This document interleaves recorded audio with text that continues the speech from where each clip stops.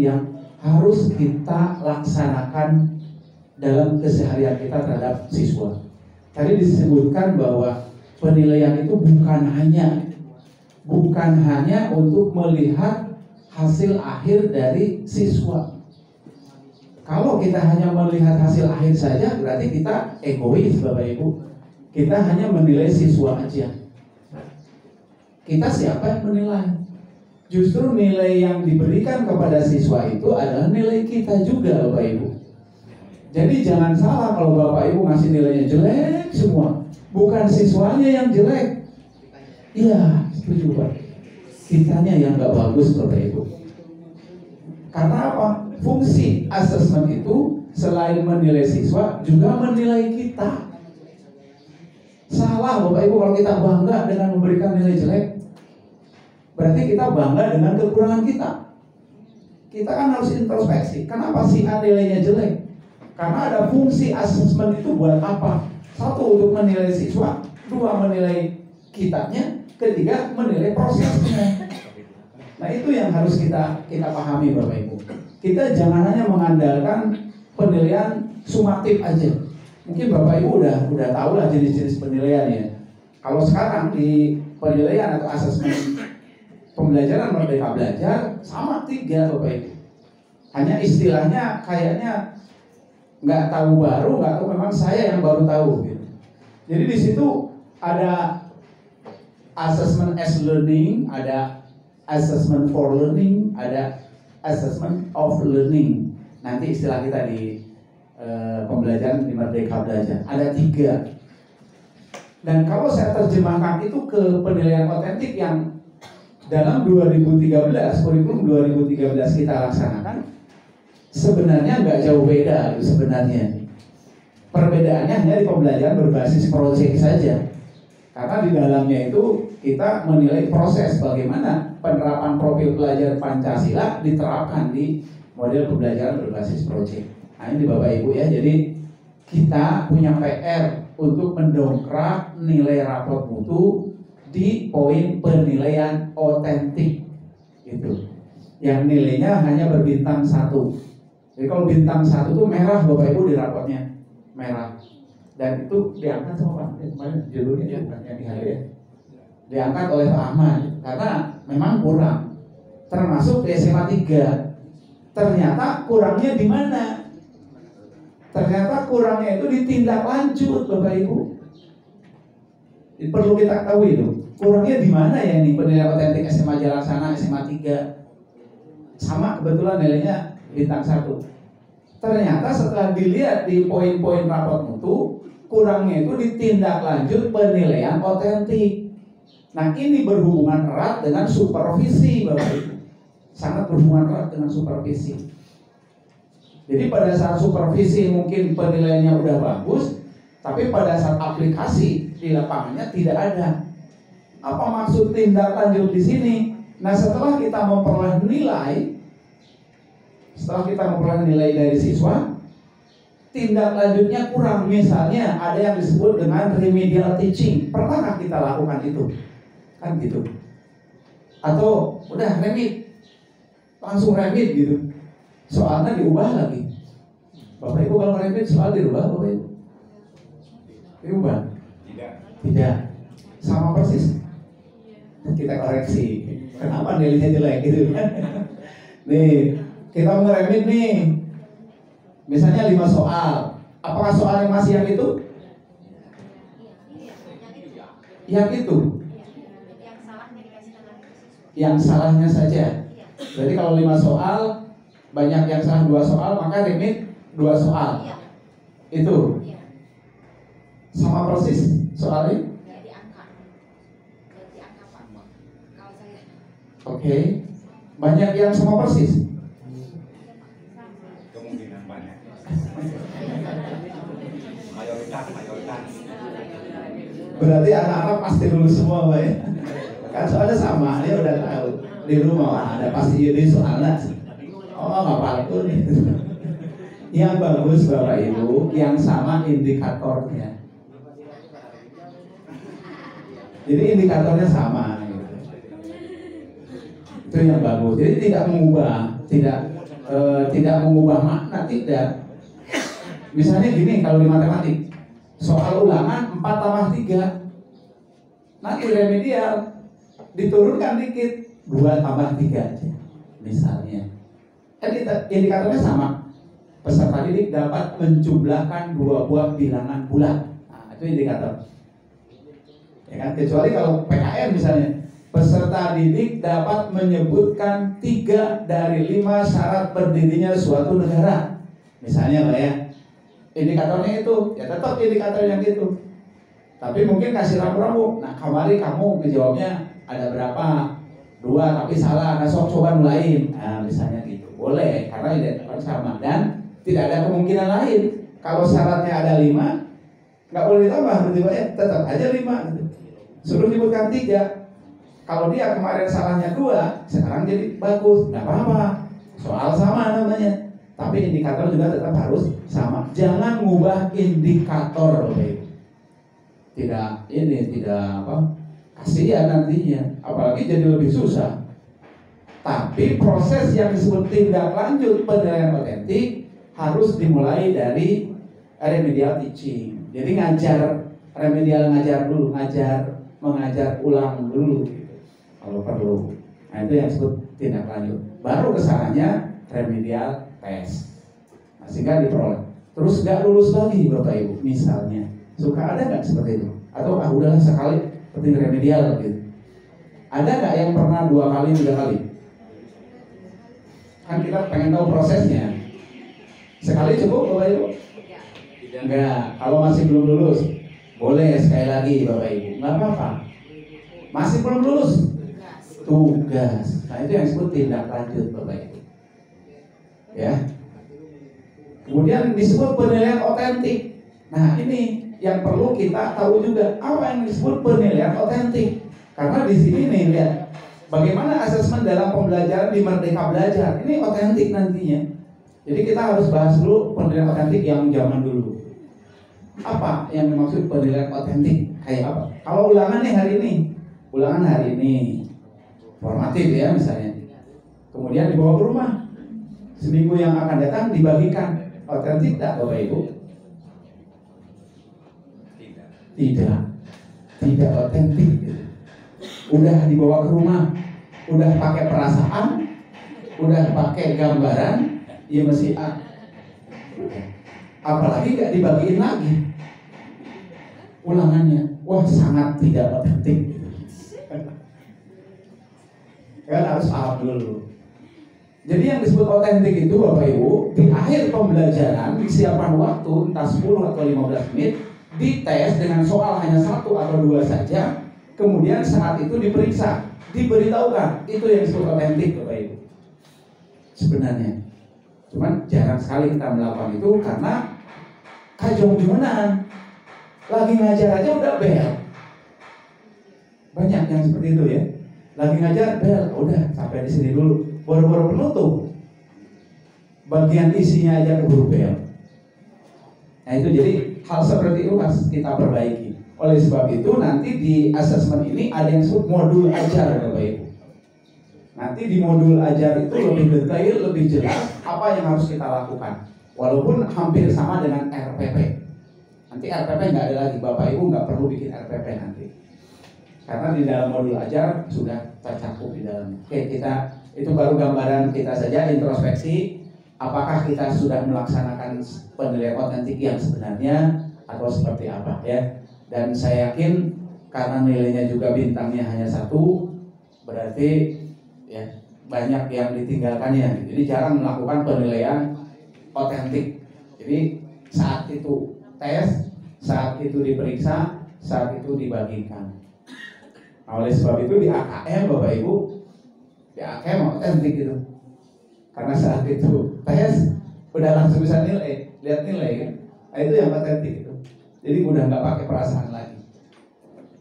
Bagaimana asesmen dalam pembelajaran Merdeka Belajar yang wajib kita tahu? Nah, kita tahu bahwa Bapak Ibu bahwa asesmen atau penilaian ini selain untuk mengukur mengukur siswa dalam proses pembelajaran, yang lebih pentingnya di sini adalah bagi guru Bapak Ibu. Itu yang penting Bapak Ibu. kayu apapun, kalau di tangan pengrajin kayu yang luar biasa, akan luar biasa juga hasilnya. Kan gitu. Mau jati, mau artise, mau meranti. Jati kesayangan suruh bikin kursi nggak bisa, jelek, pasti reyon. Coba artise kasihkan ke tukang, bisa kokoh Bapak Ibu. Nah itu. Nah sehingga asesmen ini yang sangat penting sekali, itu adalah buat kontrol kita dalam pembelajaran Bapak Ibu. Apakah proses pembelajaran yang kita lakukan di kelas sudah benar? Apakah model pembelajaran yang kita pakai saat itu udah cocok? Kan gitu Bapak Ibu ya. Kok nilainya jelek-jelek ya? Kita introspeksi, saya pakai apa ngajar? Oh saya ceramah. Coba besok pakai jigsaw, atau pakai TGT, atau pakai STAD, atau pakai together dan sebagainya. Atau sehariannya rutin aja ceramah besok datang ceramah lagi, sehingga nilai jelek lagi. Nah ini harus menjadi kontrol Bapak Ibu ya. Jadi penilaian itu sekali lagi bukan hanya buat siswa saja, tapi juga buat kita. Ini akan saya percepat karena jam 9 akan ada Pak KCD. Nah kemudian Bapak Ibu, di kurikulum Merdeka penilaian itu ada 3 jenis Bapak Ibu. Ada 3 jenis. Jadi sekali lagi IHT ini minimal kenal aja Bapak Ibu. Karena saya juga udah kenalannya dari internet, dari baca, saya perkenalkan ke Bapak Ibu gitu. Ini macam-macamnya Bapak Ibu. Ada assessment as learning. Ya. Jadi di dalam proses pembelajaran penilaian itu kita lakukan. Oh enggak muncul.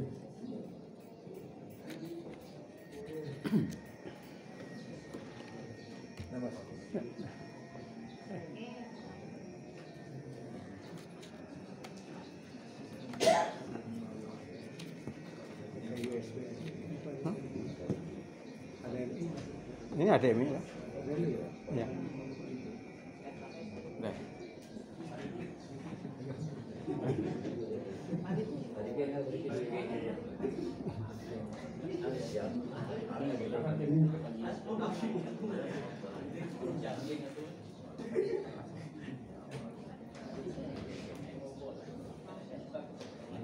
Ayo tadi sih.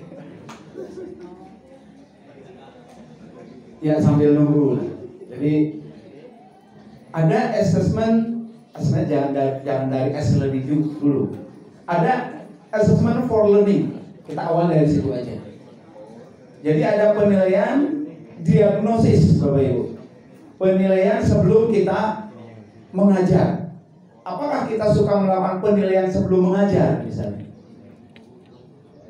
Atau langsung ngajar aja? Nah, pada kurikulum Merdeka ini Bapak Ibu, sebelum kita melaksanakan proses belajar mengajar, maka kita harus melakukan penilaian dulu sebelum mengajar. Kalau dulu mungkin iya itu ada yang disebut pretest gitu Pak ya. Ada yang disebut pretest. Atau misalkan manggil dulu lah walaupun nggak pretest, tanya satu persatu kan boleh kan ya. Jadi pretest itu bisa dalam bentuk tes tulis, bisa dalam bentuk cukup bertanya beberapa orang saja. Didiagnosa. Nanti kan kalau setelah didiagnosa keluar penyakit, muncul ketahuan penyakitnya apa Bapak Ibu. Misalnya saya mengajar matematika, nanya dulu ke Ibu Titi, Ibu bagaimana cara menjumlahkan 2 buah matrik? Wah matrik aja nggak tahu apa itu matrik. Oke berarti belum tahu matrik. Itu penyakitnya kan gitu. Atau misalnya bahasa Inggris misalnya. Kalau panggilan buat 2 orang misalnya, atau menyebutkan buat 2 orang, kira-kira pakainya apa?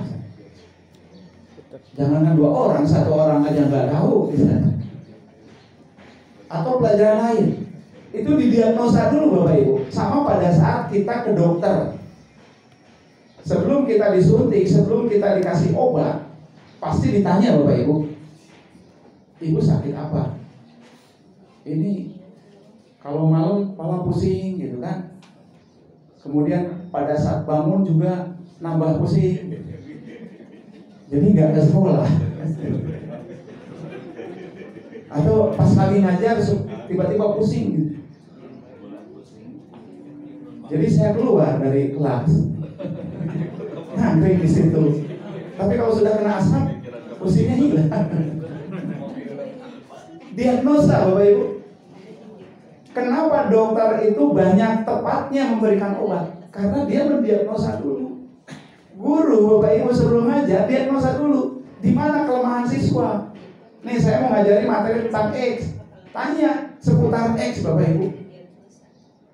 Seputar X ditanya. Nah itu yang disebut dengan learning assessment for learning. Jadi untuk pembelajaran itu didiagnosa dulu. Nah setelah didiagnosa dan tahu kita penyakitnya, kita akan tahu dari mana kita mulai mengajar. Punten Bapak Ibu, ini untuk motivasi aja. Saya itu di lemari piagam yang piala atau apa ya? Piala guru favorit itu kalau di setiap tahun diadakan itu saya pasti dapat. Padahal saya guru matematika pasti dapat terus. Entah kategori apa gitu pasti dapat. Saya juga kadang bertanya, saya ngajar hanya 6 kelas Bapak Ibu. Ada guru yang ngajarnya hampir semua kelas saya yang 2 jam kan pasti 12 kelas paling tidak.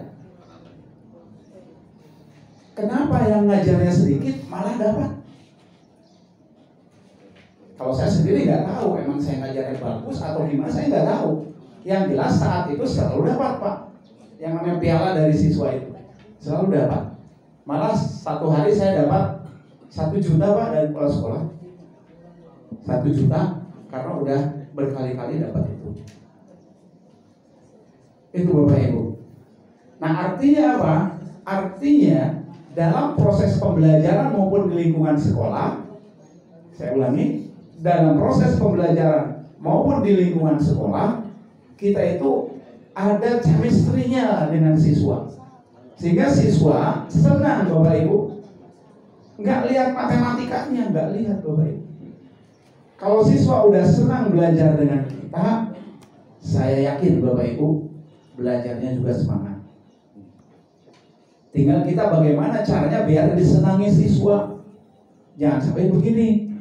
Punten ini mah di sekolah saya sebelum di sini masih ada yang panggil siswa ke kantor guru. Ada gurunya Bapak Ibu ngobrol sama guru lain. Pas diam dia. Panggil KM-nya. Cik di IB helas dikerjakan lah Bapak kagok ke dia misalnya. Masih ada Bapak Ibu. Kalau ada saya di sana pasti ya kita obrolan gitu kan. Masih ada terjadi yang seperti itu. Dan yang seperti itu Bapak Ibu nantinya itu akan menjatuhkan kita sendiri di hadapan siswa. Upayakan sedapat mungkin pas jam kita masuk dulu. Nanti setelah 10, 20, 15 menit kita mau ada keperluan lain, tidak jadi masalah. Karena di awal itulah yang penting Bapak Ibu. Di awal yang penting itu. Nah itu Bapak Ibu ya. Nah jadi mangga Bapak Ibu diagnosis dulu siswa sebelum ngajar, sehingga model pembelajaran yang kita pakai di kelas cocok dengan kondisi siswa di kelas. Dan jangan lupa di sini pakai model pembelajaran berbasis masalah. Nanti di kelas lain belum tentu cocok Bapak Ibu. Makanya didiagnosa. Yang sampai yang pilot, yang apalagi dikasih obat yang sama. Ini sakitnya pilot, ini sakitnya panu, yang ini bulu. Dikasih obat pilot semua Bapak Ibu. Bapak Ibu bayangkan kalau kita nggak mendiagnosa, ibaratkan dokter lah gitu. Yang sakit, oh ini obatnya sama, obat paracetamol semua. Nah itu ibaratkan kalau kita ngajar di kelas dengan metode yang sama. Karena kan kita nggak tahu penyakit kelas masing-masing. Nah oleh sebab itu di pembelajaran pada mereka belajar itu ada yang disebut dengan assessment for learning. Tujuannya biar pada saat kita melaksanakan assessment as learning, yang kedua, assessment as learning, jadi penilaian di dalam pembelajaran pada saat pembelajaran berlangsung, itu kita cocok Bapak Ibu. Artinya metode apapun yang kita berikan di kelas itu, kalau kita sudah mendiagnosis, pasti cocok dengan siswanya. Paling tidak sebagian besar cocok begitu. Apalagi sekarang ada pembelajaran yang terdiferensiasi, Pak ya, di kelas ada. Diwanti-wanti Bapak Ibu, nanti di kurikulum baru pembelajarannya harus terdiferensiasi. Pernah tahu Pak? Pernah baca? Pembelajaran terdiferensiasi? Belum ya? Kalau diferensial itu kalau dalam matematika turunan gitu kan. Artinya kita harus turun Bapak, mengetahui model belajar siswa. Jangan menyamakan siswa yang kemampuannya rendah dengan siswa yang kemampuannya tinggi. Nah, oleh sebab itu nanti pembagian kelompok di kelas, nih nanti ada di modul ajar. Mudah-mudahan terbahas. Di modul ajar pada saat pembagian kelompok itu betul-betul dikelompokkan. Oh, ini mah belum menguasai nih. Dikelompokkan satu kelompok. Yang udah mahir dikelompokkan satu kelompok. Nah, itu yang disebut terdiferensiasi. Kita layani semuanya. Nah, itu terdiferensiasi namanya. Pembelajaran yang terdiferensiasi. Jadi mengetahui kelemahan siswa, gaya belajar siswa. Dan saya yakin kita jarang tahu gaya belajar siswa. Karena nggak pernah kita kelompokkan selama ini. Ini misalnya kinestetik, yang ini visual, yang ini audio, yang visual, kinestetik, audio, tutorial ya. Ya, nggak pernah gitu ya mengelompokkan itu kan. Dianggap wah itu cuma budak teh tata kolan bae belajar teh. Pernah Bapak Ibu perhatikan ada siswa yang ungut-ungutan bae tata kolan, pernah Bapak Ibu? Ada yang pada saat ditayangkan serius banget. Yang lainnya biasa-biasa aja. Ada Bapak Ibu ya? Itu berarti gaya belajar mereka beda. Nah, di kurikulum yang sekarang itu diperhatikan, dipisah-pisahin Bapak Ibu. Nah, itu untuk asesmen as learning di proses pembelajaran. Jadi kita nilai juga di sana. Selama berjalan kita perbaiki model pembelajaran kita. Ini cocok, saya ngajar yang ini kok anaknya hare-hare. Maka kalau sopir pas segera banting setir. Apa nih cara saya biar siswa berhasil di kelas? Itu yang kedua. Nah ini udah, nggak usah ini, penjelasannya sudah. Learning ini sengaja saya percepat.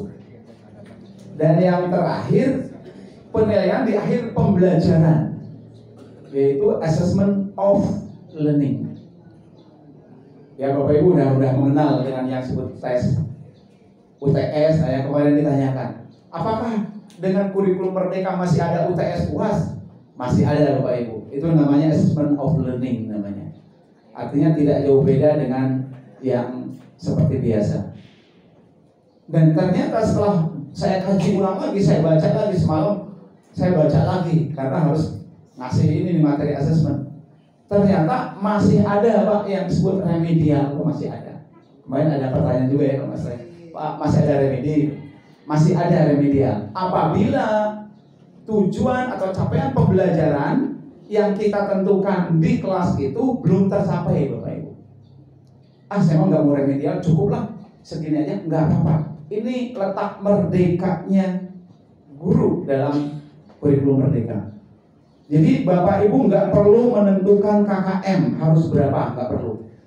Lihat aja ketercapaian tujuan pembelajaran Bapak Ibu.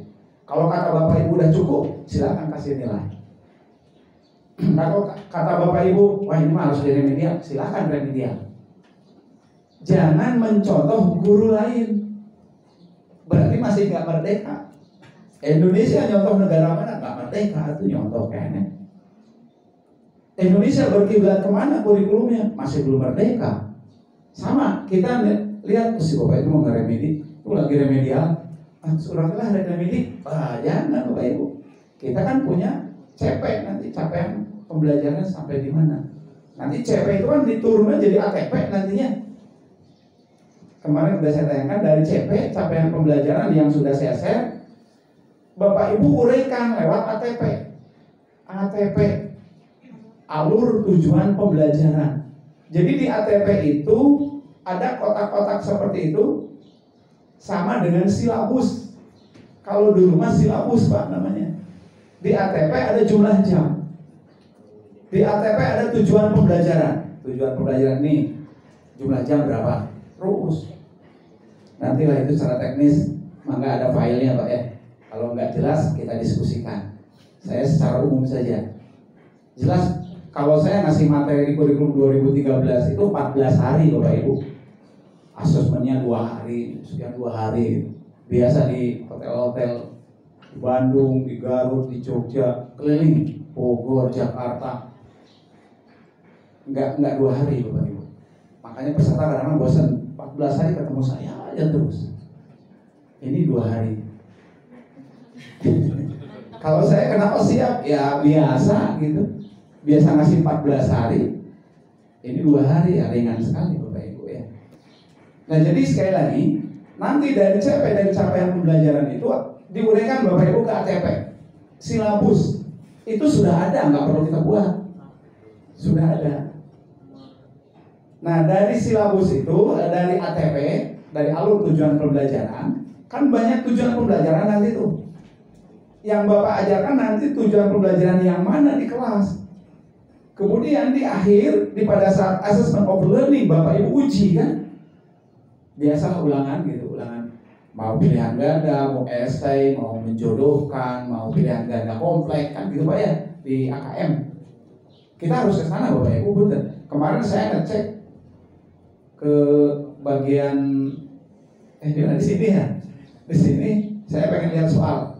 Pas saya lihat mana AKM-nya ini kata Pak Set 20% AKM-nya.